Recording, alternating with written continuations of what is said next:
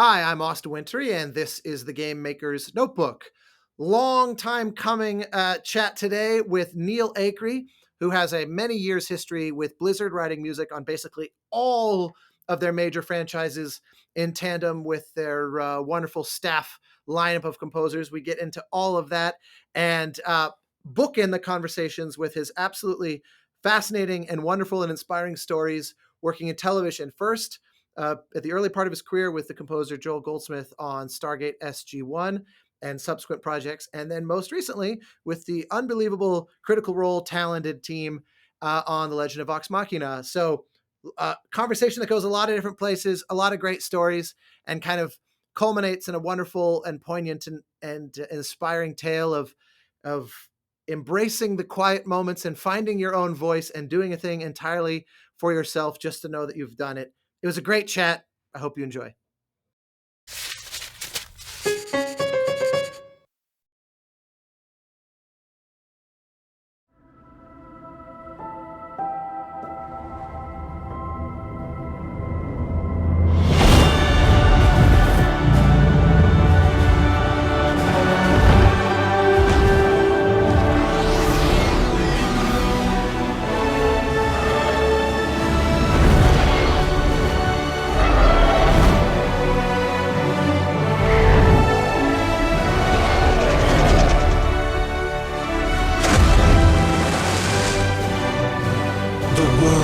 Is healing, but her fate is yet uncertain.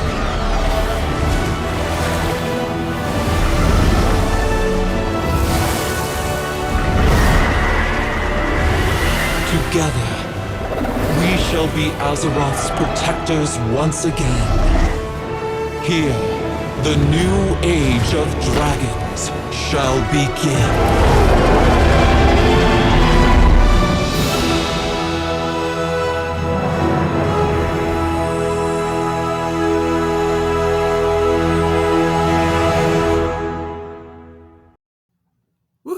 All right, off we go. Sitting here with Matt Mercer.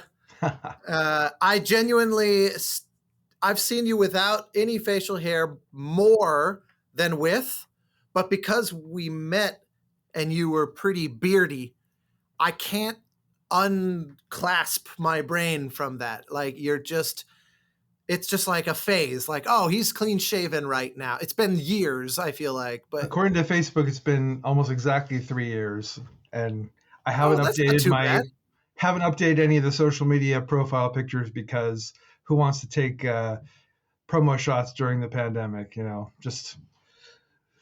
Well, I think it's also a combo of you also, I remember you used to post like daily, here's my taco receipts. Yeah. And then you stopped doing that. And it seemed like, not to veer straight out of the gate into things that have nothing to do with music, but it seemed like you lost quite a lot of weight as well too. So it was like everything about your appearance had changed and all in a very, I guess, positive direction, but it's just so funny where I'm like, you're so branded. It's so cooked in my head. Yeah. But so it goes. Not quite Tom Selleck shaving his mustache off, but I get what you're saying. Oh yeah. My dad had a full on Tom Selleck style mustache. And one time as a kid, I was really young. I was like probably 7. He shaved it off just on a whim. And I remember freaking out. It's like, I remember as a kid going, that's not my dad. And like having a almost panicked response. And I'm sure my parents thought it was funny because it was like, he's really overreacting to this. But yeah, it was alarming. In any case, how you doing? Good. How about you? Life is seemingly more or less back to normal. Traveling a bunch and sessions and the things that normally are the hallmarks of time, like the thing that marked the biggest change when the whole world kind of went away, seems to be basically at full swing. So I cautiously am like, I think life is basically normal and busy, and because one of those little telltale signs was I felt like it was fairly often that we would see each other at concerts. Um, and once I went, a year and a half of that not happening, it's a real noticeable uh, life is messed up metric. Yeah, for sure. But how about for yourself? Well, I went and had twins just before the pandemic started. So, though life may be back to normal in certain ways, I haven't been getting out too much. But Yeah, you really reset the clock on your fatherhood POV. yeah, but it's interesting times. But I've been staying very busy, and that's, I think, as a artistic person, as a creative person, I think like is whenever I'm creating or doing anything relating to creating, I feel like I'm fulfilling my purpose as a human being. And when I'm not, I feel completely out of whack. So, as long as I'm Understandably. busy, I'm good. Well, there's a lot of different things I'm kind of eager to dig into. Obviously, not there's no shortage of things to talk about musically, professionally, but you're quite singular in that you have real profound talents outside of music. So I guess even though I often kind of do this in a semi-biographical way, and I love to hear about childhoods and things like that, I'm going to just kind of start in a sort of random place because one of the things that I admired when I very first met you was discovering that your sculpting and kind of physical art chops are no joke. And that's not, oh, he's pretty good for a composer. But to me, it struck me as if you had decided that was your greater passion, music could have been a side hobby. And I don't mean to sound like one of those people that just goes, oh, like anytime, you know, the uncle hears the nephew sing and goes, you should be on Broadway. And you're like, you don't know what you're talking about. So I don't want to be guilty of being that person. But as somebody who's in a relationship with a serious artist, I look at your stuff and I go, good Lord, this is not amateur work. So can you tell me what's up with that? Can you where did this start? And did you ever actually seriously consider pursuing that separate or instead of a career as a composer? First of all, thank you so much. It's so nice to hear. Yeah, my father was an amazing artist. He drew, he painted, sculpted, just the most creative person I've ever met. Just like house was full of like just little, make some little sculpture out of paper and just, everywhere in the house, full of little things. He just created all the time. And but he didn't have the opportunity to make a career out of it because he was, had a family when he's young and became a parts manager at auto dealership, and he kind of felt like he had to provide for the family, and I always Sure. had kind of a sense of, he kind of wished he had done something else but couldn't. So for Mm, me, that was always a motivator for me early on to there was an assumption, an unspoken assumption that I was going to do whatever I wanted to do and not have to worry about that because he hadn't. So the first thing I knew how to do, my first identity as a kid was the ability to draw. When I was 10 years old, I was selling hand-drawn Ghostbusters posters. This is just before Ghostbusters came out, and so you had the artwork would be in magazines and stuff. right. Yeah. The pre-release hype. So I was like selling subscriptions to, you get a Ghostbusters art pack where I draw a poster, you get a picture of Slimer and this, and to my classmates in school, and then I'd be drawing A all this stuff. subscription model. You were Yeah.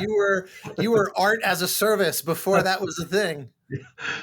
And so I'd draw them during class, and That's and funny. I've never gotten this story from you before. This is first off, that's amazingly entrepreneurial. yeah. Like most kids, most kids are probably just not. Most people, I think, are probably not especially entrepreneurial. unless they're sort of encouraged to be or something excites them to be. But the average kid is like, okay, I'll make a lemonade stand. Or, I remember there's childhood video of my sister from probably around that same time. Actually, it's probably from, maybe 1984, 85, where she set up an ice water stand. It's like even less work to do than a lemonade stand. And my dad had one of those shoulder mounted VHS camcorders, and he's filming a tight close up on my sister screaming at the top of her lungs, ice water for sale. And then he zooms out and dramatically reveals that it's Denver in January and everything is frozen. It's completely covered in snow. And you can hear him say something like, she's still working on her business acumen, which always killed me. So that's like, to me, closer to normal. What on earth made you think, I know, pre-released poster subscription model? I mean, that's quite a thing for a kid. I have no idea where that came from. Certainly not my parents. I mean, my So grandmother had an antique shop, and she might have been from her, just that, inherited that sense of, trying to find your way doing what you love. I don't know, but that was admittedly very young. But I found my identity through art. I mean, I always felt very quiet in school, always felt like invisible until someone in the class realized that I could draw. And all of a sudden, everyone's like, oh, you're the one that can draw. And that became my identity. And so by the time I was, early high school, even earlier than that, the plan was to go to school, study art, and become an artist. That's just what I was going to do. And I ended up going to, studying art in college for the first semester. And then I had one music class because I had, I was playing guitar when I was 14 in bands, so forth. It's kind of a hobby. First semester of college was art and one music class. Second semester of college was music and one art class, and then music all the way. Something about it music just took over, and I honestly don't know what it was. I think it's just, music is so much more immersive. The process of making music, whatever it was, it took over. And then at some point, a few years into that, I realized music plus picture plus, meaning film footage. Yeah. Yeah. That was going to be my next question, is if your frame of reference was playing guitar, playing in bands, and also adding to that the idea that art as a place of self-expression could very much, you could easily see how the two of those would add up to, oh, I'm going to be a solo artist, or I'm going to play in bands or frontline a band or something like that. It's a totally different instinct to put those abilities, and you have to almost set aside what you would have been learning and that identity that you have wrapped up as a visual artist, because that's very solo. It's not like you were fantasizing about being a concept artist or something, which would be the kind of crude analogy. So what did you have, like that one score? There's often that one that people see and they go, oh, that's it. That's the path. There was, of course, we all have ones. I feel like the seeds had been planted my whole childhood. Of course, Star Wars, and I think the first for our non-viewing, it's just worth inserting for those who are listening on Spotify that you have a life-size Darth Vader over your right shoulder and a life-size Han and Carbonite over your left shoulder. And what they don't see, but which I know is elsewhere in the house, is innumerable others, including one of the most amazing models of X-wing surface skimming over the Death Star. That's just may as well be straight out of the ILM workshop. I mean, it's unbelievable stuff. So yeah, clearly Star Wars was important. And that there's a connection to that too, because when I think I must have been 6 years old when they started having the behind the scenes, on ILM, you're broadcasting those on, primetime television. And I would get the collector's edition magazines that came out for each of the movies, and they'd have pictures of the model shops and blue screens and all the ships and everything. And I just remember thinking as a kid, like, I want to do that somehow. I want to be involved in making movies, and I didn't know how, but that was a thing. And of course they'd have, a little thing on John Williams every time. And I wasn't, as a kid, saying I want to do that, but it was always there. First album I ever got was the story of The Empire Strikes Back, that had the dialogue and the music and all that. Like an audio dramatization of it. No, it was like literally they just took the movie and released a record of the movie on, the sound track of the movie. So you could listen to the movie, because this is before VHS. You couldn't rent the movie. You had to, difficult to see the movie in the theater every day, but I'd listen to that over and over again. You hear all the sound and the music and everything all together. Certainly a big influence. And then I think years later, I had a friend that was playing the Beetlejuice soundtrack for me, and I remember that I was probably 14 maybe, and like thinking how cool that was, just listening to music. The first time in a long time I was listening to soundtrack music on its own. Right. But then Legends of the Fall, that's the one that was like right time, right place, and just the most amazing, perfect score. And please tell me you bought the book that just came out recently. I did, yes. Okay, yeah, okay. So it was that's what nudged me, because I'd say for 5 years I was thinking I'm going to be a solo artist, listening to a lot of new age, which sounds cheesy. It sounded cheesy at the time, but instrumental music based on, kind of textural stuff, and but it's still trying to write melodic stuff and experiment with different things. But then Legends of the Fall. And then there's always people would always hear my music and be like, "Oh, you should make music for movies." And I thought that's an interesting idea. And while I was in school, I had a teacher named Mike Watts, who is a session keyboard player, does a lot of stuff for John Debney, and he had this electronic music class at school, and was like teaching us synthesis. And a couple times, we would write music to picture as a task, and so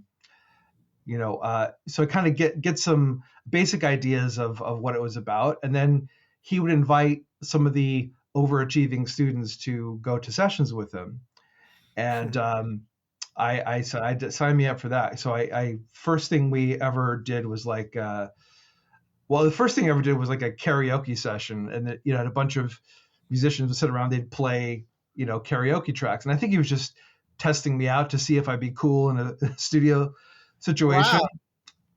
That's funny. I've never heard of that. That's an interesting, almost like personality audition. Yeah.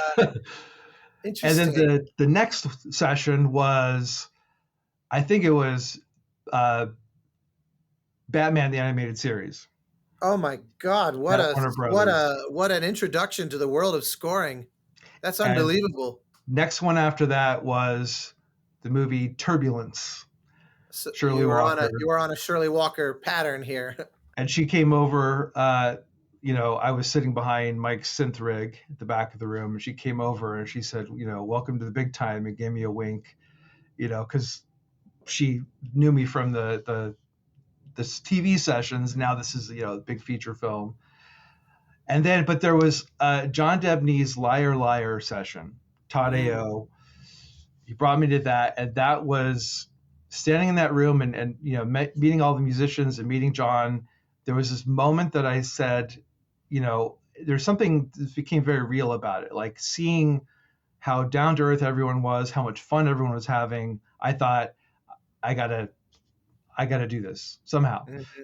So I asked my teacher. We got back later that night, and I said, "Do you think I could be a composer?" He's like, "I don't know.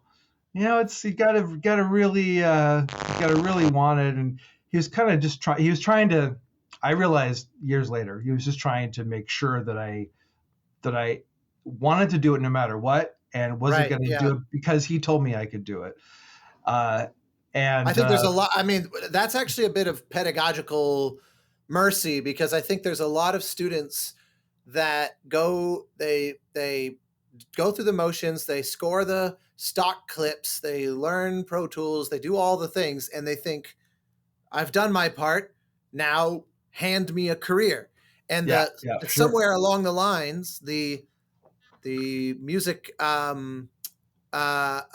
education system has not braced them for the fact that this is a brutally hard career and they're in no way guaranteed to make it. It is, I was saying, it's a bit of kind of educational mercy that they not just make it seem like, sure, why not? Anyone can do it. Why, you can do. Although that said, something in there, I'm curious. Going to Shirley Walker. First off, Batman the Animated Series was like one of the most premium TV composer gigs out there. I mean, it's super high profile, good, solid weekly recording budget. This composer, top of her game, and like a real trailblazer in the industry. There's a lot of things where I'm amazed that it that wasn't the instant. Oh my God, this. I gotta be honest. I don't remember the timeline if the Debney session happened first or which one did. Somewhere in there for sure. Yeah. I think Liar Liar was like, wasn't that like 97 or so? So I would think the animated series had to have come before. I mean, either way, I get that Todd A.O. was also, I love Warner. It's probably my favorite scoring session, but Todd A.O. felt like the big league. So I could see how that might kind of be the thing that pushes you over the edge. Yeah, because Turbulence was at Paramount. Yeah. But still, I mean, they were all amazing studios that sadly are not there anymore. Yeah, both Paramount and Todd A.O. I had one of the great privileges of my career was I was able to go to James Horner's last ever Todd A.O. session, because that was sort of his go-to. He really preferred that stage when in LA, and he was doing this movie, The Spiderwick Chronicles, and the final day of sessions for that was only a few weeks from Todd A.O.'s close. So it wasn't Todd A.O.'s last session, but Horner knew he was never going to be back in that room again. And I remember Peter Rotter coming up to me and going, probably don't talk to James today. He's in a bit of a mood because he's genuinely down. This place has been a big part of his life for 30 years and he's having to say goodbye to it. And it was quite a thing to witness, because he was doing the end credits. That was the one cue for the entire 3 hours. It's like an 8-minute cue, no click, and a single unbroken take. And I mean, it was sort of quintessential Horner session in that way, of all the things that he was known for doing, working super slowly and methodically, and long cues. And anyway, so yeah, Todd A.O., it seemed impossible. It seemed like surely they're not going to actually get rid of it. Like someone's going to come in and swoop in and save it. And nope, it is now cubicles. Yeah, it's so sad. I was very lucky to get to see some Horner sessions in person as well, and that was segueing, to something here. So at the end of my college run, a friend was asking if I wanted a job doing cartage over the summer, and I thought, yeah, it's kind of a physical labor job. Doesn't sound that fun. It's not exactly what I want to be doing, but it's like being a piano mover as working in the music industry. Exactly. But I thought I'll give it a shot. I've always tried to be open to opportunities and see what happens. And sure enough, like the first week was, going from studio to studio, met James Horner and Jerry Goldsmith and just every single hero of mine, and getting to just sit in the back of the room, while the guy I was working for was like, not impressed at all. He's like, I hate waiting around. I'm like, please, let's stay longer. And, you remember which scores they were? Well, Star Trek Insurrection with Jerry. Ugh. And what a beautiful big tomboyed oboe solo right at the front end of that. Yep. And it was the opening cue that they were doing, over and over again. And it was funny as we're standing in the room and you couldn't hear the synthesizer stuff. He'd have the kind of little synthesizer pulses. So you're standing in the room and just orchestra would play and it'd be just dead quiet and everyone's still like completely silent, and then yeah, back in again. And then, Titanic was that summer.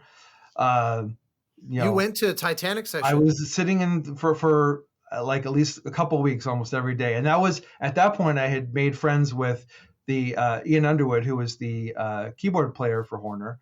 Did a lot of one of his keyboard players did a lot of stuff for him. So we would move his equipment in, and I just say, can I just, on the days we're not moving you, can I just come and hang out? And he said, sure. So I sit there behind his rig, and Wow. talk to James every once in a while, and people. There's always be stories about how he'd be kind of moody and unfriendly to people, but first thing I said to him was, I'm such a big fan. I love your work. And then ever since then, every time he saw me, he'd smile and ask how I was doing, and super warm to me. And I remember when I first moved to LA, I took Sandy DeCrescent to lunch, and she told me a bunch of stories. And one of them that she told was that Horner, as his reputation for being very kind of unpleasant was spreading, one day he basically said to her, why don't people like me, more or less?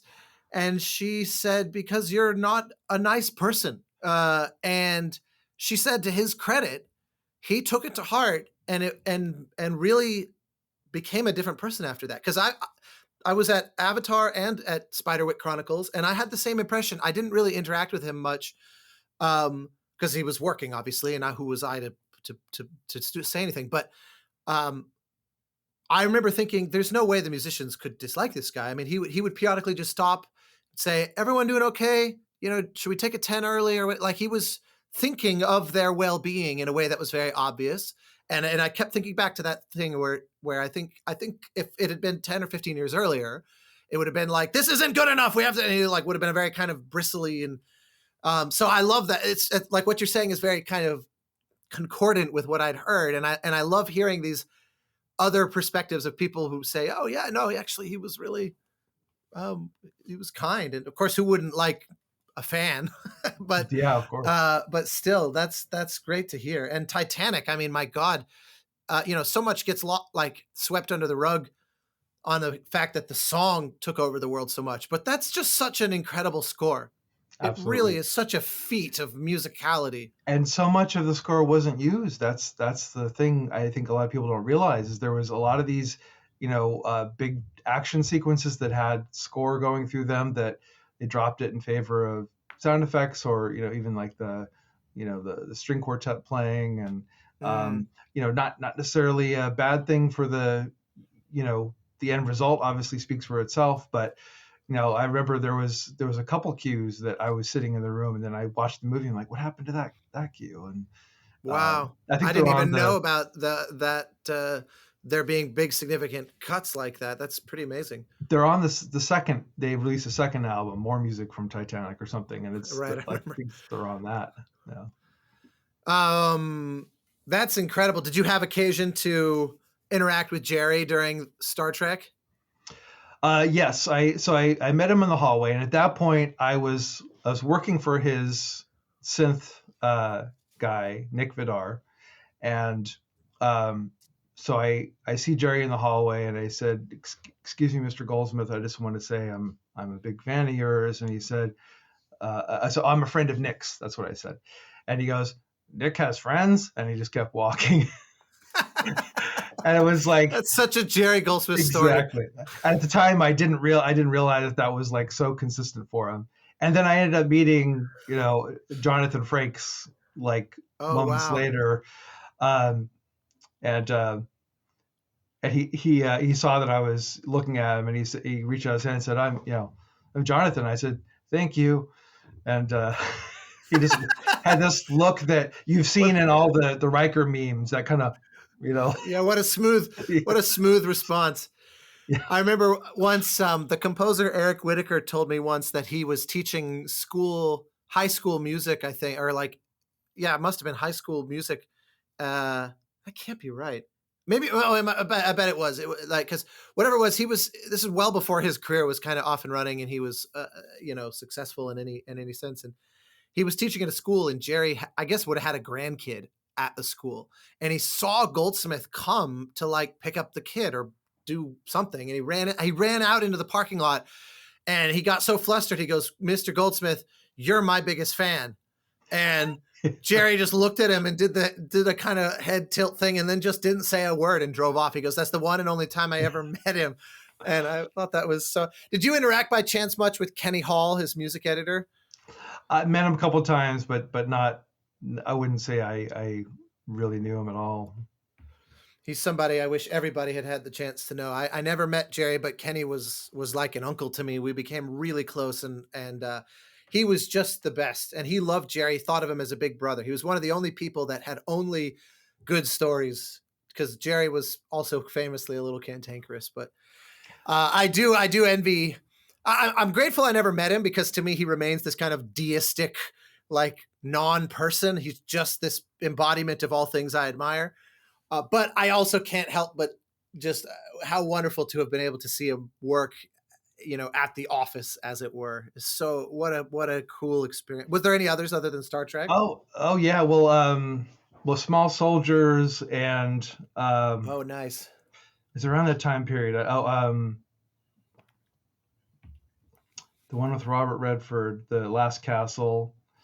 I like that score. I remember that one had the unfortunate timing of coming out right on top of 9/11, Exactly. and kind of got swept under the rug, I think. And Jerry, I remember they repurposed his theme to be a kind of hymn or a sort of elegy for 9/11. But yeah, that definitely puts us in a very specific 2001 time and place. Yeah. At that point, I was working for his son Joel Goldsmith, who was tremendously instrumental early in my career, and that was another cartage inroad that helped him move his studio from one side of town to the other, and stayed on as his assistant and left the cartage behind.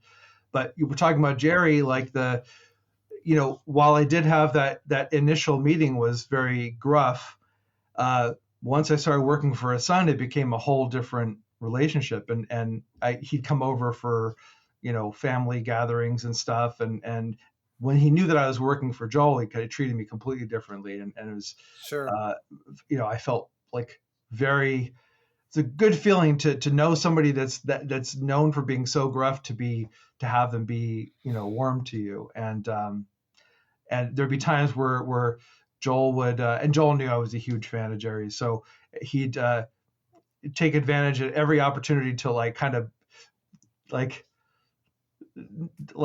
give me an example. I was working on this sci-fi channel movie that was temped with Alien, and I went over to Joel's and I said, "I'm trying to figure out what this sound is, because it's in the temp score and it's such a specific thing. I'm thinking I'm going to try to do something like it."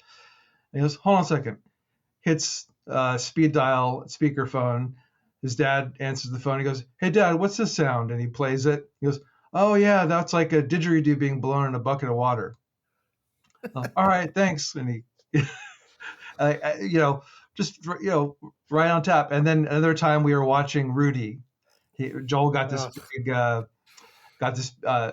big screen and projector put in his studio, and for like a couple weeks, all we did was just watch movies on the big screen, and Rudy was one of them. And so at the end of Rudy, he goes, speed dials his dad. He goes, "Dad, why did you put choir in Rudy at the end? It's not through the rest of the movie. Why do you suddenly have choir at the end of the movie?" He goes, "I don't know, just felt like it could use it." Okay. Nice gig when you can just throw choir on ad hoc like that too. Yeah. Good old studio production budgets. That score is truly one of my all-time favorites, and the stories.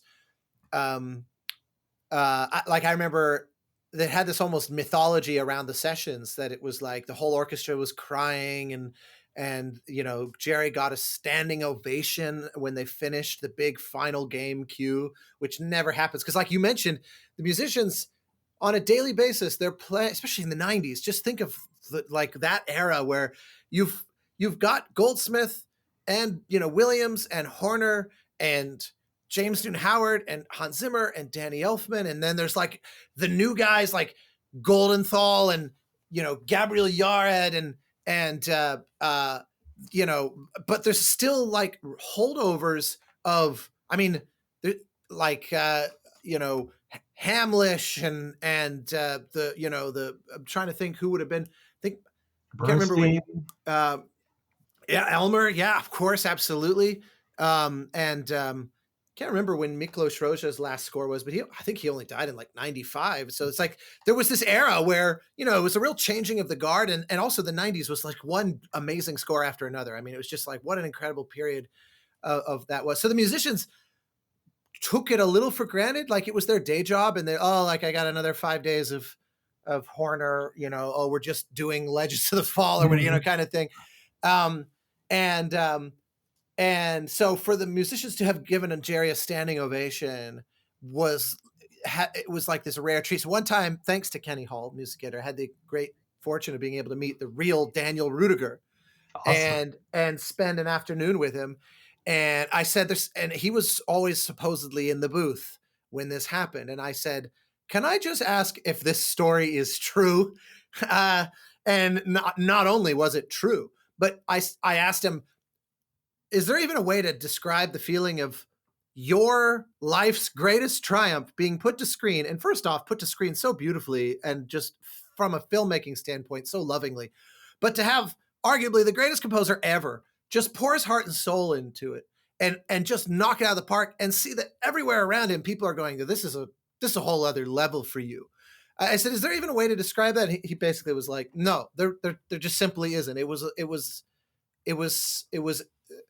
of all the highlights associated with watching his life story be told through the film, it seemed like being at the sessions watching Jerry Goldsmith work was one of the absolute pinnacle highlights for him, which is not intuitive. You wouldn't, you'd think being on set and watching Sean Astin be carried off the field or something might be the most exciting part, but it was really clear that really meant just everything to him. I love your Joel Goldsmith connection so much. You're really amongst all of us here, fellow travelers in the world of games. You're a real outlier in that way, because not only did you really serve a lot of time in the world of TV and really cut your teeth very meaningfully in a way that a lot of composers in games haven't, but to be like a seat at the table with essentially composer royalty is so special. And I never met Joel either, but I love every time I've heard you talk about him. You'd be hard pressed to you always talk about him as if he was a family member. Absolutely was. Yeah, I always thought of him like a second father. It really it's amazing. I just love that he seemed to really look after you. And so just give me more of a sense. Obviously, you work together primarily, I believe, on Stargate SG-1, right?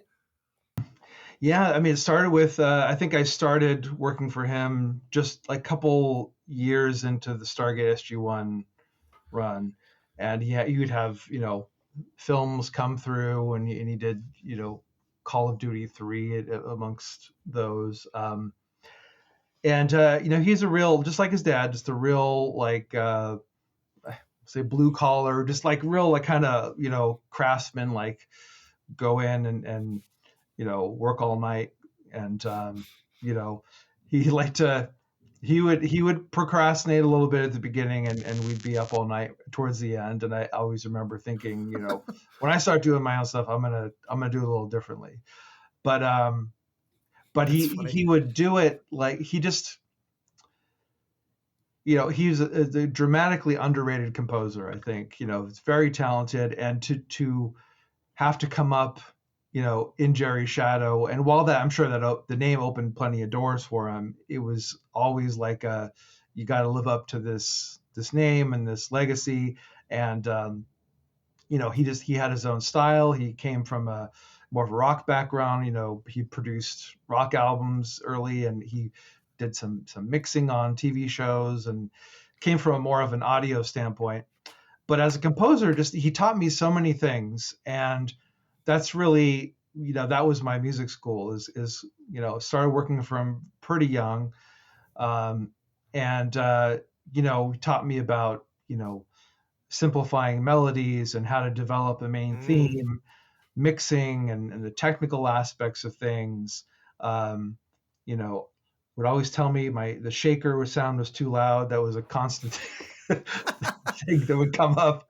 To this day, I'll always turn the shaker down just a little bit, just in case. Uh, It's the Joel polish. but he was a great person to work for, and I'm so glad that I got that opportunity, because he, I think everything in my career now I can trace back to him in some way. He started working on Stargate with him, and then at some point, there was some low budget movie that a director he'd worked with before wanted him to score, and he's like, I can't, but I have this guy Neal that'll do it, and that led to that director liked what I did, and that led to another film for him, and more branched out from there, and then eventually became a co-composer on SG1 and Stargate Atlantis as well. Just a lot of experience, and it was the kind of I don't know if things are any different now, but it was just like this. The schedules were such a grind that you had to learn how to knock stuff out really fast, and that has taught me a certain shorthand. I went in there telling, the first thing I told him was like, MIDI wise, I'll draw in, first violin, second violins, violas, cello, bass, and I'll write in each of the notes, and then I'll draw in a volume curve, and that's that. He's like, oh, you gotta stop all that. He's like, you gotta learn how to play everything on the keyboard all at once. You got to get a volume pedal, and you can mix real time. So I did that, and then eventually got a left pedal. So now I do all the stuff that's normally on the mod wheel. I'll do that with my left foot. So now it's kind of like Wow, getting I this. didn't know that. That's I don't think I've ever talked to anybody that does that. Is that a thing that was peculiar to him, or is this just like a school of thought I've somehow never been aware of? So our friend Christopher L. Stone, I think, who did the original Dragon's Lair game, as well as Walker Texas Ranger, happened to be an accomplished organ player as well as a pilot. So he had the ability to use both feet very well, and he thought, and he would score Walker Texas Ranger in real time. Like he just, hit record and then just play everything. And so he would develop, and I for a couple of years I helped him develop some key switch patches, not even key switch, like a single patch that could, using the left pedal could switch, violins could switch to trills, and but he'd use the left pedal, and partially because I was helping him develop the sounds, I had to learn how to do the thing too. And when I did, I'm like, wow, this really, it opens everything up. I can focus on playing all the parts in, at least play in everything as the section as a whole, focus on that while simultaneously doing dynamics with my left foot, and then overall balance, with the volume on the right, and let the orchestrator figure out what's going to be first violins and second violins and stuff. So, but that was like a TV thing going early on, just like you got to figure out how to, rather than do one layer at a time, you can get it all at the same time, add in the dynamics, and it just saves so much time. So, wow. Things like that with Joel was, a crash course for sure, but ultimately shaped my process and everything to this day.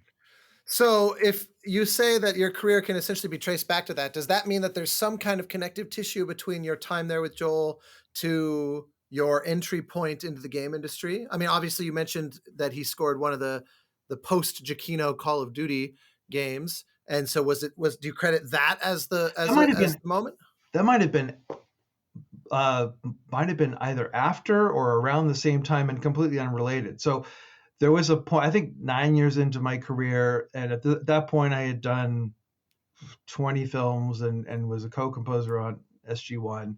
An agent reached out to me, guy from England, and he said, would you be interested in working with me? I want to maybe submit you for some games and stuff. And I remember thinking at the time, almost like suspiciously, like, why do you want to work with me? Like, I'm not, I've been trying to get an agent all this time. Why are you approaching me? But I thought, what's the worst that could happen? and so he ended up one of the first things he did was like, I got this. You want to audition for Blizzard? Do a thing for Blizzard? So put together some tracks and like they want you to write rescore the opening cinematic for vanilla World of Warcraft. They sent it to me with no sound, and of course I looked it up on YouTube and like saw what the original sound was. Kind of figured, I assumed that they want something kind of like this. So wrote something to picture and tried to keep it as close to the original feel, but kind of expand on it a bit. And I got the gig with no previous game experience. At that point, I Wow. had never recorded with an orchestra before, except for maybe done a couple cues on a Stargate movie in Seattle. But got hired to score the opening cinematic for the Burning Crusade, which is the first expansion for World of Warcraft. And I also assumed that it might have been my experience writing to picture that helped, because I'm sure a lot of predominantly game composers were up for it, and maybe I just hit the right cuts at the right time. I don't know.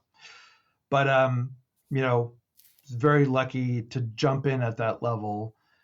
And, Yeah, I don't think I had realized that it was essentially a blind audition. I so many of the stories begin with, "Oh, I went to GDC or I went to this thing and I met this guy at the bar and they just kind of started chatting, and then it was like, oh, you should call me on Monday," blah blah blah. Like so many things kind of begin with variations on that. There's very rarely career trajectory altering stories that began as basically fill out this form and submit it. You know what I mean? yeah. And obviously write a cue.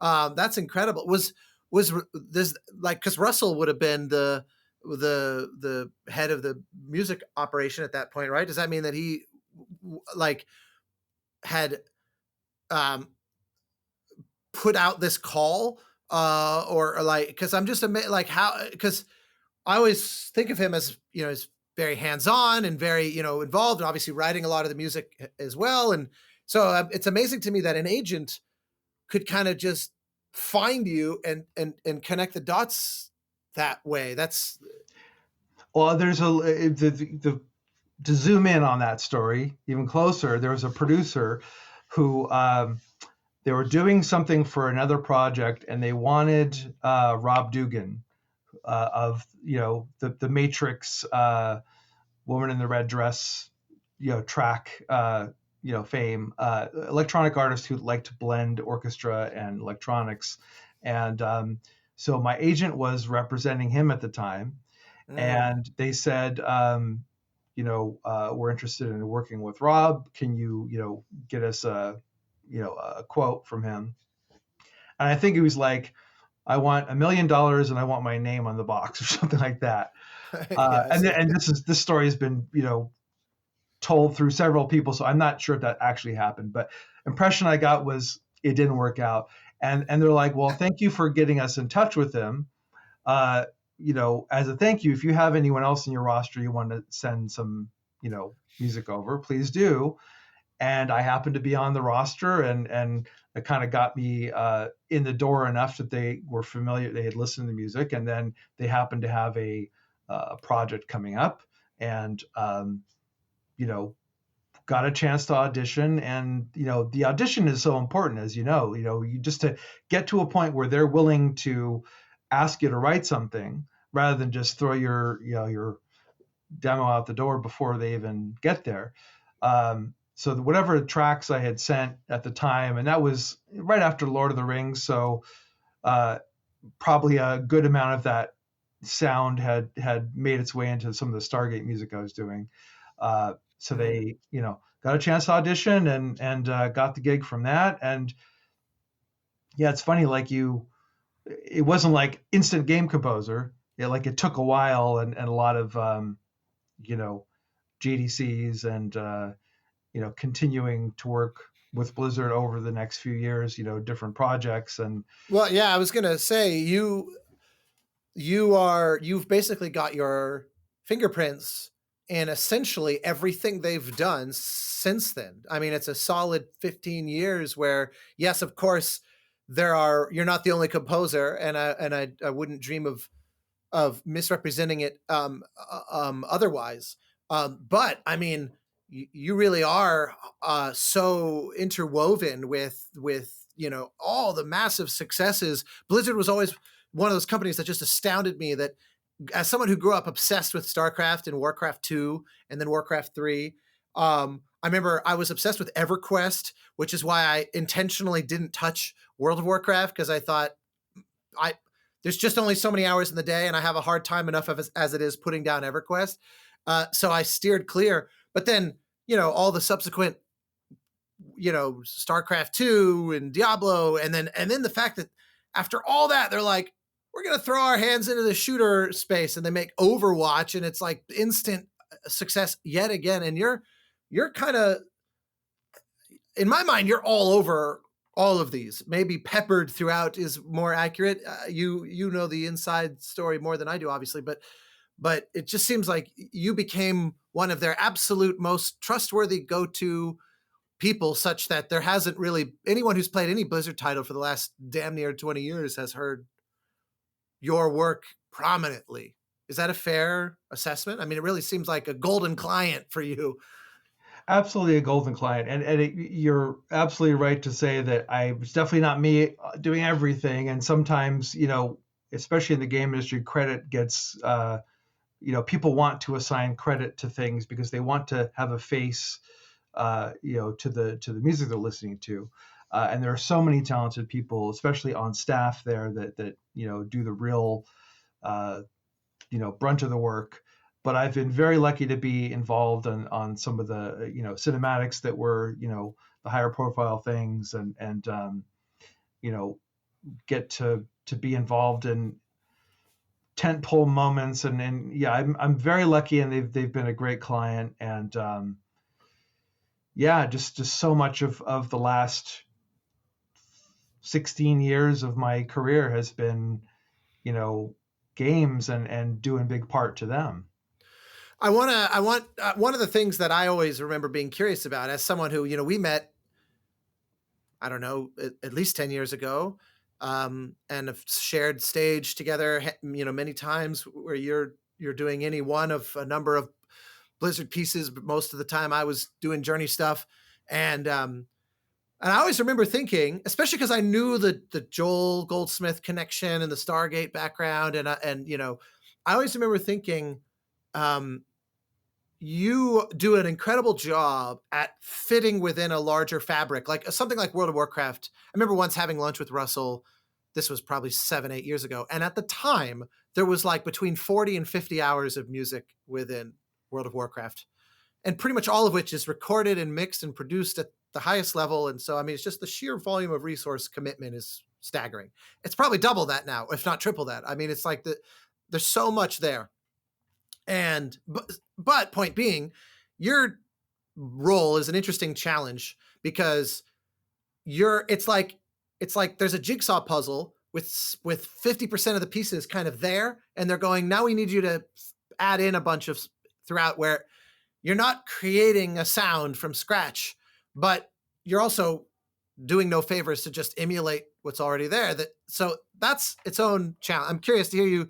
Well, actually, before I kind of drive to the point I'm actually driving at, just walk me through how you manage that, because that's easier said than done, I think, to step into kind of like a sound palette that's being forged by multiple people, and for a thing that's obviously got millions of active players and listeners, that's a pretty small target to have to aim for. Yeah, great question. Probably, I'm sure I learned that working for Joel, because we're working on the Stargate show that already had David Arnold's themes established, and then Joel had written more themes on top of that. So you kind of have this, library of themes. The sound is basically, the sci-fi film music language that we all know, that in part came from the planets, and every sci-fi score that's ever been written, you have this little things that kind of make it instantly identifiable. And then adapting to Joel's style, which was at times, very big and thematic, but at times very intimate. And another thing I learned from him too is just kind of how to simplify Right. and not overdo, because I always had a tendency to just, overdo it. But he could break it down to a simple piano melody, and I remember he would always, because it was important to him to make a cohesive sound. He didn't want the score to sound like David Arnold theme adapted by Joel Goldsmith and then with a bunch of other random stuff by me. So we worked together to try to make stuff. He'd write a theme for every episode, and he'd hand it to me. And sometimes I'd be like, this is a square peg in a round hole. I have no idea how to make this fit into the thing. So it was hard at first, but I suppose over years of doing it, I figured out a way, some kind of way to do that. And then that prepared me for, team-based situations, especially in World of Warcraft. The beauty of it too is it makes the job easier if you come into something and the hard work of having to write a theme or having to just come up with something from nothing is already done. You just have Right. to really, the work. There's always a research aspect to it. Figure out, the probably the best known thing I've done relating to World of Warcraft is this piece called Arthas, My Son, the Lich King cinematic that starts with a solo boy singing a melody that Jason Hayes wrote. And that was just a matter of like digging through all the previous cinematics and, figuring out like what sort of establishing thing, because, if you're going to make a new Star Wars movie and that's a whole different thing about, redefining the sound of Star Wars. But let's say you're going to make a franchise movie that's related to a whole, pre-existing catalog of scores. You're going to want to reference those themes and make sure that the audience will hear them, even if some people might have forgotten them. I love the Easter eggs, putting in little Easter eggs that maybe someone will figure out that that's an echo of something that happened 10 years before. Maybe they won't, but it's there, and it's a chance to connect the things. And I guess it's just one of those things. Like I didn't set out, in my career saying I'm gonna be the guy that fills in the blanks and stuff like that. But it's happened plenty of times. And then there's a lot of times where it's the new concept, new characters. We need a new theme for this, and then trying to do something that exists in the same universe, or working on a new game and coming up with a completely new sound. It's also fun and challenging in its own way. Well, that's a perfect segue to where my question was kind of gonna lead to, because as someone who admired your ability to slot into a kind of larger tapestry, because that's a thing I've not had occasion to do much, there's been a couple times in years past, especially when I got asked by, like, when I was just getting started and kind of eager for any work I could find. There were a couple opportunities to do additional music for much more established composers, and I always found it difficult because I had to kind of sort of erase a lot of my normal instincts and try to emulate their instincts, which were pretty different from mine. And because the goal was to sound like them. The goal was to disappear inside their work. And that's not quite how I would describe particularly your Blizzard work, because it's not like you're ghostwriting or something. But it's still like a kind of, like you said, there's themes and there's palette choices that you have to at least honor and respect. And so, all that said, for years I found myself going, I'm very curious. With someday, probably sooner than later, some game is going to come along that is sort of that Neal will own top to bottom, creatively, and I'll be very curious how much it is similar or different from what I'm hearing, because there's very obviously you doing exactly what you need to do, and and beautifully at that on the Warcraft stuff and Overwatch and StarCraft and all the rest of it. But that's why. So Rend, I remember, was a game that I was like, I saw you sharing. Hey, here's a new thing I've got coming out, and it was like this is not related to Blizzard. This is its own thing, and I remember that score was so kick ass. It first off, it was one of those I remember thinking, fuck, man, this guy really knows how to mix. Like, it just was the polish of it from a production standpoint was awesome, especially with all the Einar Selvik vocal stuff. And it just was like, this is not that grand fantasy, Lord of the Rings, like the stuff that very much your name conjures. This was a whole other beast, but the polish from working on titles like that was very like the polish learned, the skill, the craftsmanship of it was clearly in evidence, but it was a whole other musical identity. It was really exciting because, you know, it felt like you were really given a shot to do something much more singularly yours, and holy shit, did you take it? Because I actually don't know anything about that game. So what's the story behind that? And you know, obviously, I'm very curious.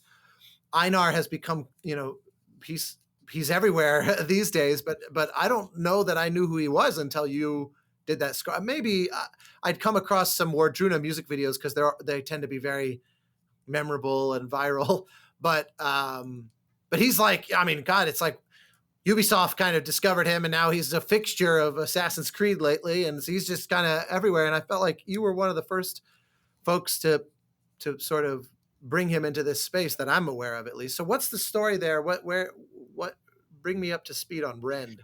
So it was, you know, Frostkeep was a small handful of guys who had previously worked for Blizzard, as well as other companies, but they, you know, branched off and started their own little studio in Irvine. And I remember visiting them the first time, and it was like literally a very small room and just guys kind of sitting around, all very sweaty little room. But I love the after having worked on, you know, so many AAAs and being on this giant Blizzard campus, to be in this little room with, you know, you could tell they were just branching on their own. They were going to work as hard as they could to make this thing that was going to be their own. And they brought me in to do the trailer because they had, you know, seen some of my cinematics from having worked at Blizzard. Sure. And Were then these people that you had collaborated with then directly? no, or I never met them, and they, you know, reached out to me, and it was like one of the first times in my career where, after, you know, kind of trying to branch out, trying to find new projects, that they came to me and asked me to do this. And when I met them, I was so enamored by the passion and the excitement they had for this project, and, you know, the artwork and the Viking mythology seemed really enticing. And so I did the trailer they had, and I said, "What are you doing for in-game music?" And they're like, "We haven't thought about that yet." I said, "Well, please let me take a crack at it." And that was, you know, I love that they gave me this clean slate to just do whatever I wanted, and the trust there. And I think Sure. that, you know, the trust, you know, as a composer, as you know, we are facilitators of the director's creative vision. But every once in a while, we're not just facilitators, but we are participating in the vision. Yeah. We're given an opportunity to, you know, present some ideas of our own, and maybe even we're leading the ideas. We're saying, this is my idea for what the music's going to be, and, you know, they'll say, great, run with that. All they said was, you know, we want a theme. We want to hear it kind of early in the main title, and you know, so because players might log in quickly, and you want to, you know, get that melody out there. But I started doing some research, and you know, came across Wardruna, and I'm like, that guy's got to sing on this. I don't know how. I don't know, you know, so I tracked him down and said, "Would you be interested in singing on this game?" And somehow it worked out, and I everything I had written was written with him in mind, so I'm grateful that it worked out. And yeah, it's just one of those that, of course, I had it in the back of my mind. This is one of the first things I'm doing that's all me, and wanting it to be its own thing, but also, uh, it's as much as I feel like I've always been a musical chameleon, uh, not even by, not intentionally trying to be one, but just I've never taken a composition lesson. I've never been told how to write music. It's always Mm. been by ear. I hear something and I find my way through it by my ear. So for that reason, I've never been like locked into any particular style. But when I every once in a while I'll do something that I feel like comes more from inside. When I get the chance to do that, more often than not, the results are, I'm always happier with those results. I'm happier with uh, the things that are more personal, that come from personal experience, and that kind of thing. It shows. I mean, because I remember around that same time, I don't remember which one was first, but around that same time, you also did that game Revelation, Yeah, that which was I that was remember. before, by I think a couple years before that, maybe. Oh, really? It's for some Yeah, reason in my mind, Rend came first, but I just know they were both a few years ago, give or take. Um, and but that was another one where it felt like it didn't feel like the Blizzard thing, though it was also a big orchestral score. But I remember once I had the physical CD for that, and I was driving to San Diego or something, and I decided this is going to be what takes me, for the bulk of this drive. And my God, that was a catchy theme. It was one of those where it was really, I mean, it was like, and I don't, again, that probably traces back to that time sort of in the Goldsmith ecosystem where simple but very effective. It wasn't ultra long and endlessly kind of meandering the way some melodies can be. I remember thinking, this guy gets it. Like this is a thematic mindset that I had no personal interactions, but I was raised on a similar diet, and I think of themes. I think through a similar lens of what's the simplest, smallest unit possible, and does it have, even if you come up with a melody that's 12 notes, can the first four notes be enough to make you realize where you are, so you can just even reference it, even in part. And it felt like you had a similar headspace, and that score demonstrated it, I thought, more than any other that maybe I've ever heard from you, because it was just like, God, it was just so spottable. But that's, if I remember correctly, wasn't that like a NetEase or a 10-cent game? Like that was a game that I don't think was even in the West. If I yeah. I think it remember. eventually got ported over to the West, but originally it was a NetEase game for the Chinese market, and that getting to write something for the Chinese market in that style was, a daunting task, but also a lot of fun. And yeah, that's a special one as well. And I grew up. My dad used to, we studied kung fu together, and he'd watch, kung fu movies, and had such a love for the culture. And the year I was writing that, he got cancer, and on the way back from the to and from the chemo appointments, I'd play him work in progress on the score, and it's the last thing I ever got to play from it, and that it made it very, very. It was a love letter to him and to everything that he, gave me. Uh, all the inspiration he gave me, all the, uh, the love for art and music and everything. So, you know, there are some scores that are personal, and there are some that just, part of the fabric of your being, and you're going beyond that even to your ancestry, and that was a special one. Yeah, I remember I think we lost our fathers a very close, like in the same time period. but I hadn't realized the connection to that score. But it does clarify things. It's one of those where um, it felt like you were not leaving anything on the table, as it were. It was like, this is I'm going to put all of myself, as it were, into this. And that makes a lot of sense. Well, I want to, like, one of the things that I absolutely love is that in the middle of the pandemic, um, you got to do this wonderful lateral shift back to your TV roots. Um, and something that's just so unhinged and over the top and ridiculous, that ironically, it's entirely possible that now more people know you for that than anything else. I would think at least that's possible, which is the, of course, Critical Role's sort of step into the world of animated TV. And one thing that I don't think you realize, I have a lot of friends in that camp, and I remember when they did their Kickstarter and it raised like $1 billion, and there was a lot of discussion happening.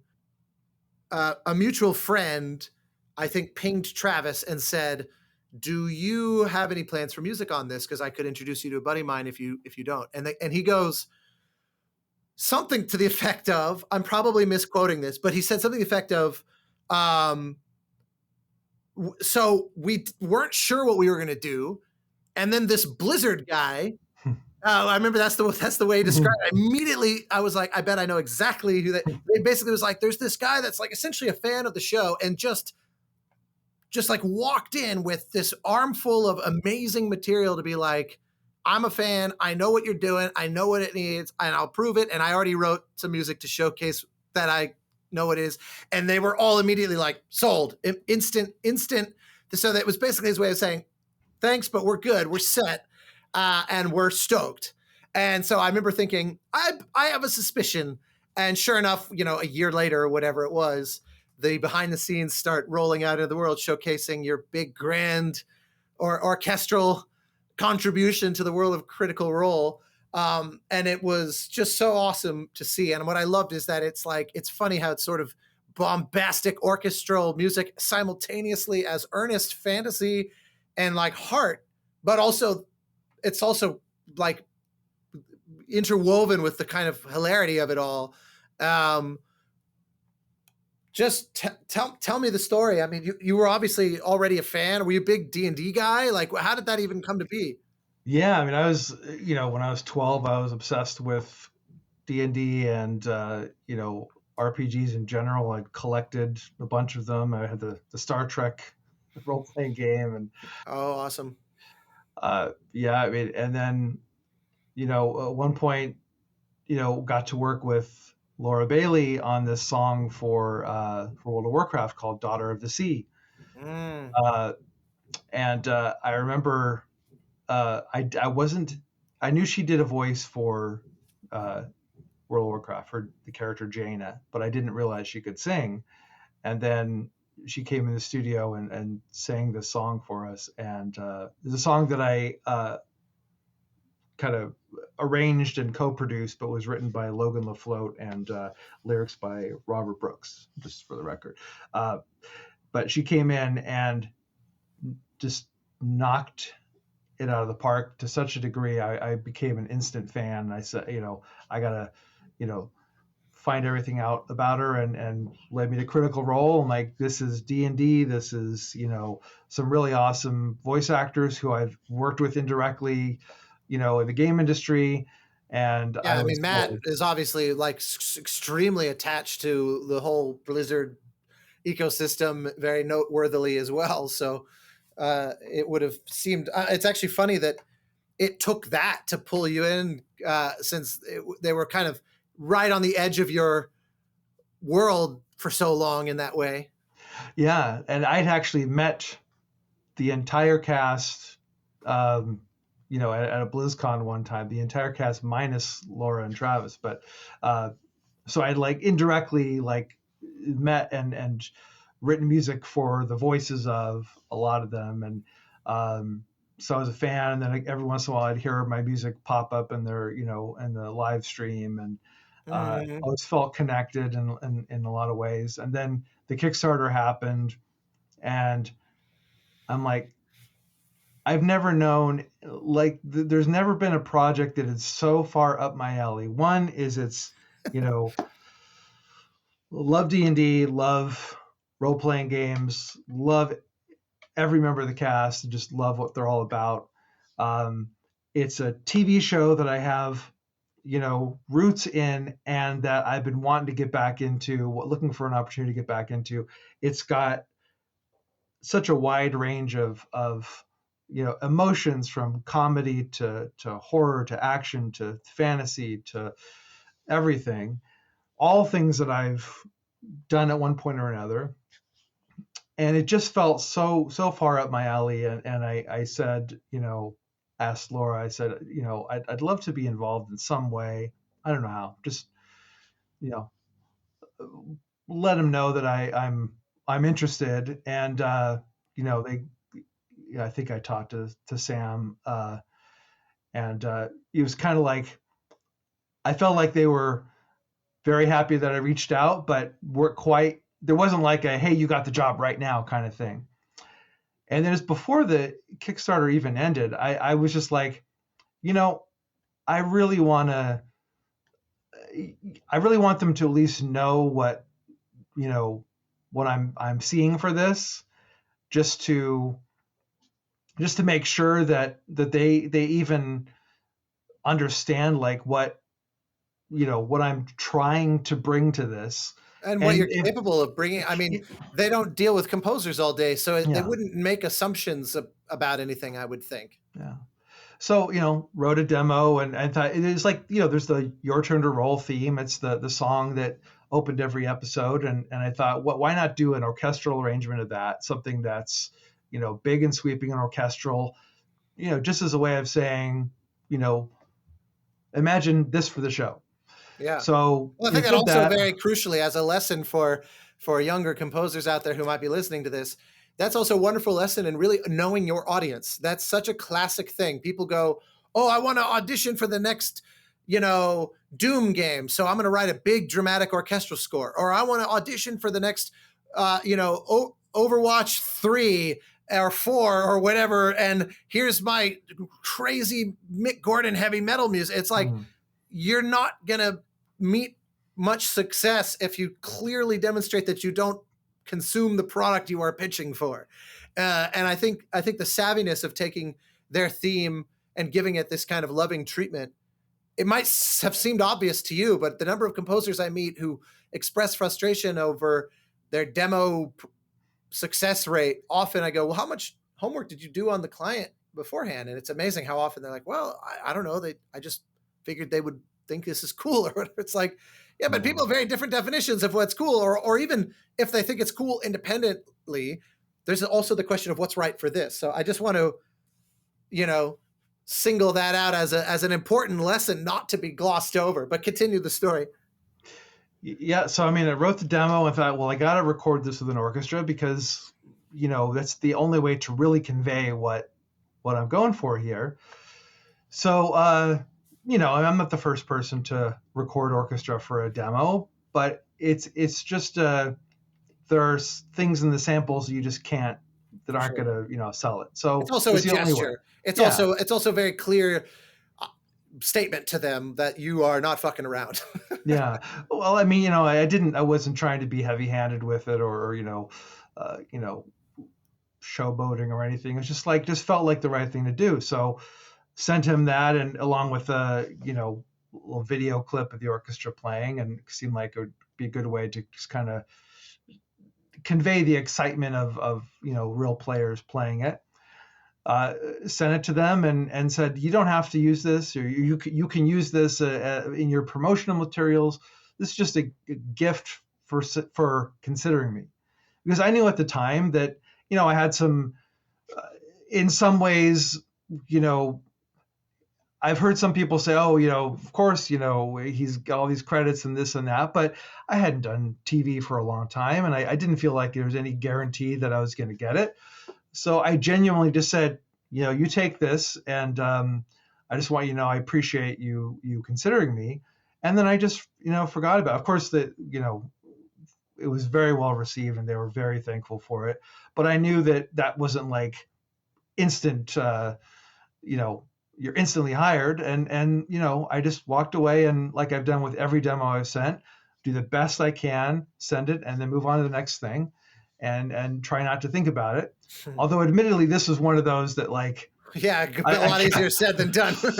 like really, I was really hoping something would happen with it, and then at some point, at some point it happened. Like you got the Amazon sends over the deal to sign, and like, wow, this is really happening. And cut to however many years later it is now, got seasons 1 and 2 under my belt, and starting soon on season 3, and it's been Amazing. It's been incredible. And another thing, you're speaking of trust, there's been another one of those projects where I've been given so much trust to, a lot of the temp music, if there even is temp music, is like older stuff of mine, and it's just kind of, there's never been any feeling of like I have to do any specific thing. It's just kind of finding my way, and what I love about the show is it challenges me every episode, and I get to do things that seem like completely out of left field, but that's what the show's all about. Like, I think I went in there thinking it's going to be this and that, and fantasy, and going to have Celtic instruments and orchestra and this and that. And then Sam at one point's like, for episode 10, we're going to have Scanlan's his lute's going to turn into a heavy metal guitar. So I need like a 2-minute thrashing heavy metal song. I'm like, okay, all the rules are out the door. Now it's just literally anything goes. And so that's been the case, and very few notes on the episodes, and everyone's just been and I'm not saying there's few notes because they that they don't care, or that it's like there's this level of trust, and I feel like we're just all in sync, and it's just really Clearly. Been a dream gig in that regard. And you get, not every gig is like that, and I'm definitely grateful for that. Oh, I love it. It's such a kind of a fairy tale story of just like, there's a thing I want. Okay, you got it. and not that you didn't work for it. Obviously you did, but sometimes we feel like we really are the perfect person for a thing, and it still doesn't quite work out. And I've even had that in the past where I felt perfect for a thing, I didn't get it, and then when it came out, I went and checked it out, and I was like, this only proves that I felt I would have been perfect for this.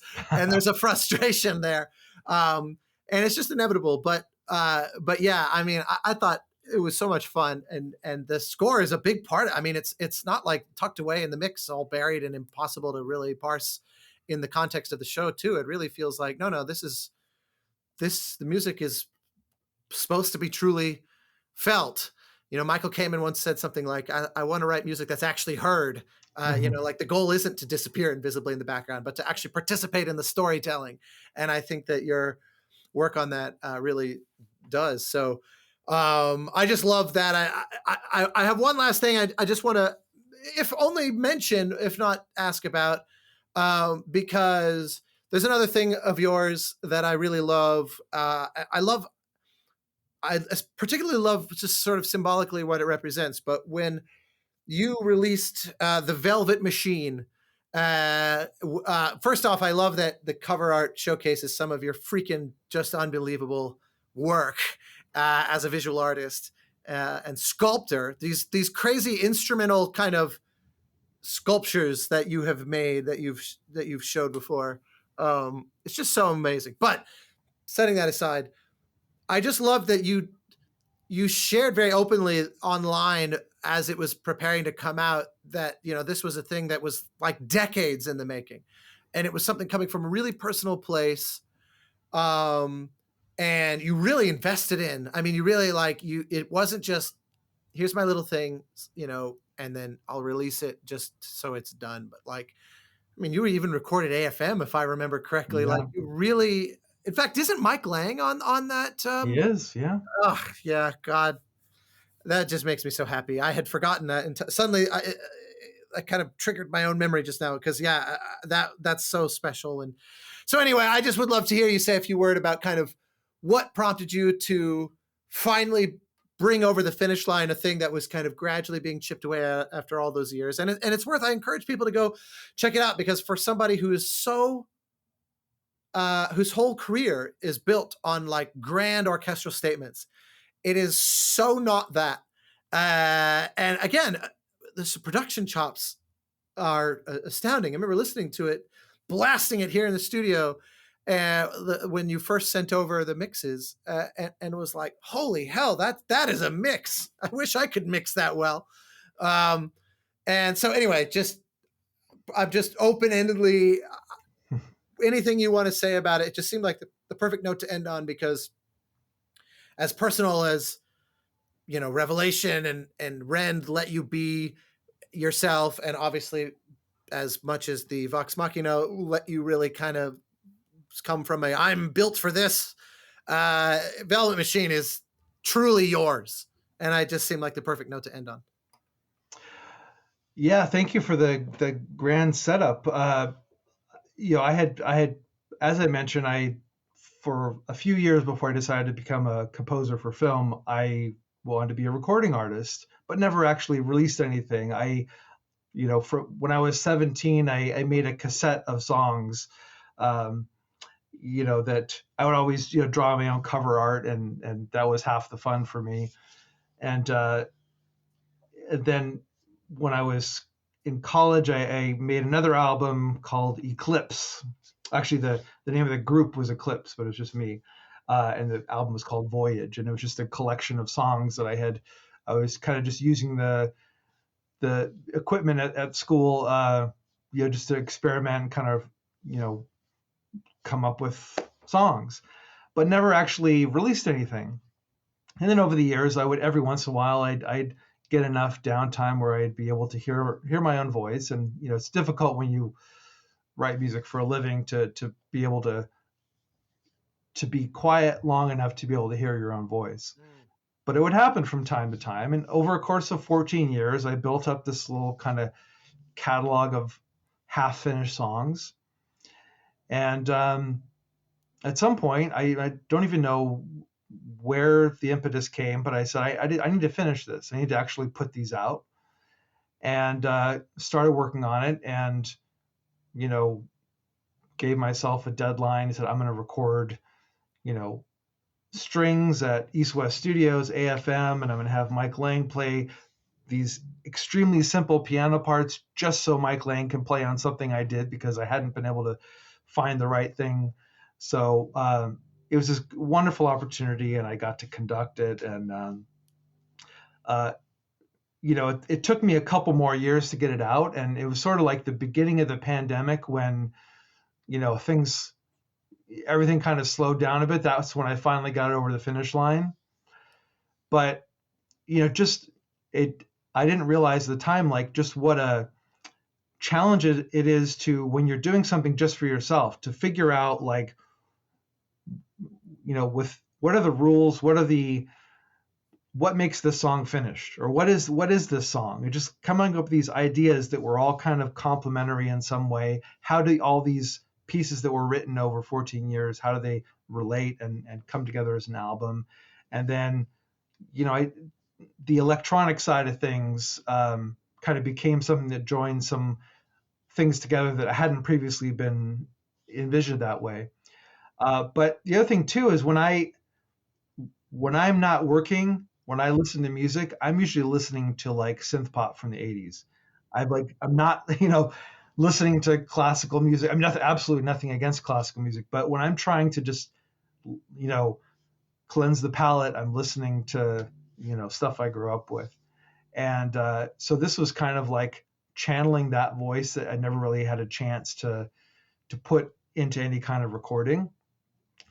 And I, finished it, and it was this, strange, you get into a zone when you're writing a single track. It's like this, I got into this like 2-month long zone where I just somehow finished everything, got everything mixed, submitted, put it out there, and just thought, I have no idea how this is going to be received. I mean, nobody out there would expect this. None of the people that follow my work are going to, not to say they won't like it, but they're like, this is not what they know me for. So who knows what they're going to think of it. And I have to be okay with that. I just want to put it out there because it's something I've always wanted to do. And if a single person out there listens to it and enjoys it, gets something out of it, gets what I'm going for, then it's worth it.